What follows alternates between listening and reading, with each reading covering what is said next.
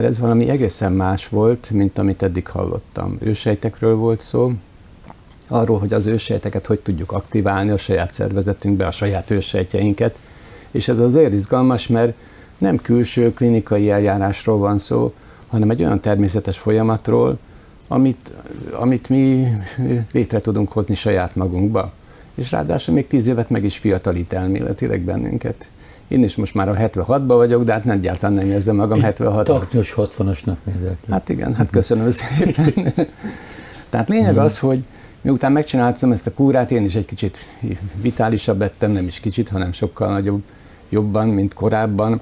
A problémáim nagy része az teljesen elmúlt, gondolok itt az éjszakai fölkelésre, mert általában ebben a korban már az ember elég gyakran kell föl éjszaka, most már gyakran teljesen végigalszom az éjszakát, és így tovább, és így tovább. Semmilyen orvosságot nem szedek ma sem, tehát nincs ilyen problémám, hogy nekem valamilyen betegségem lenne, de ez vitalitásban, életstílusban, energetikában egészen más világot teremtett számomra. Kedves érdeklődő, mert utána én ezt azért saját példámat elmondom sok embernek, azt mondja nekem, hogy olyasmi műtéteket ajánlottak neki, hogy gyomrot lefeleznék, hasnálmirigy, kipakolás, patkóbér. Azt mondja, nekem én ezt nem akarom, nincsen más esélyem arra, hogy bocsánat, de hogy ő úgy fogalmaz, hogy a csodába bízza, de amikor én is elmegyek és találkozok olyan emberekkel, akinek 17 stent van a szívében, pár hónap múlva el tudja hagyni a gyógyszereit, olyan allergiái megszűnnek, ami miatt nem tudott színpadra lépni, a vállizülete nem bírta karját emelni, tehát számtalan olyan példája van ennek a dolognak, és ezt úgy fogalmaztam meg magamba, hogy van az élő szervezetnek, ugye, mert ezt nem csak emberre, hanem bármilyen élőlényen ki lehet próbálni, egy belső mesterséges intelligenciája.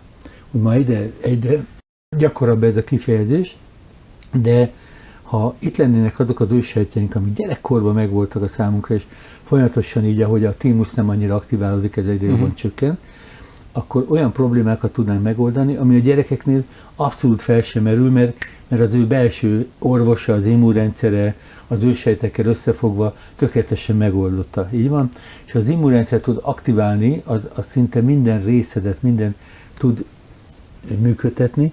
Ugye ez még egy érdekes dolog a számomra, hogy lehet újból csontot képezni, hártyákat képezni, hogy a csontizületek, ugye a csípőizület, stb. Újból elkezdem mozogni, ne kelljen műtétre elmenni. Tehát számtalan olyan dolog van, ami felfoghatatlan a számomra, de amikor elmegyünk egy előadásra, és az az ember kiáll elém, akin ez megtörtént, vagy a kisgyerekének tudott segíteni, ADHD-snak, erről is fogsz majd beszélni, akkor el kell fogadnom, hogy igenis ez a több 10 éves kutatás, ami mögötte áll, ez nem lehet véletlenül. Tehát 2008 óta működik ez a rendszer, mert rég felfalták volna, hogyha nem ér el olyan eredményeket, amiről itt még a továbbiakban is beszámolunk.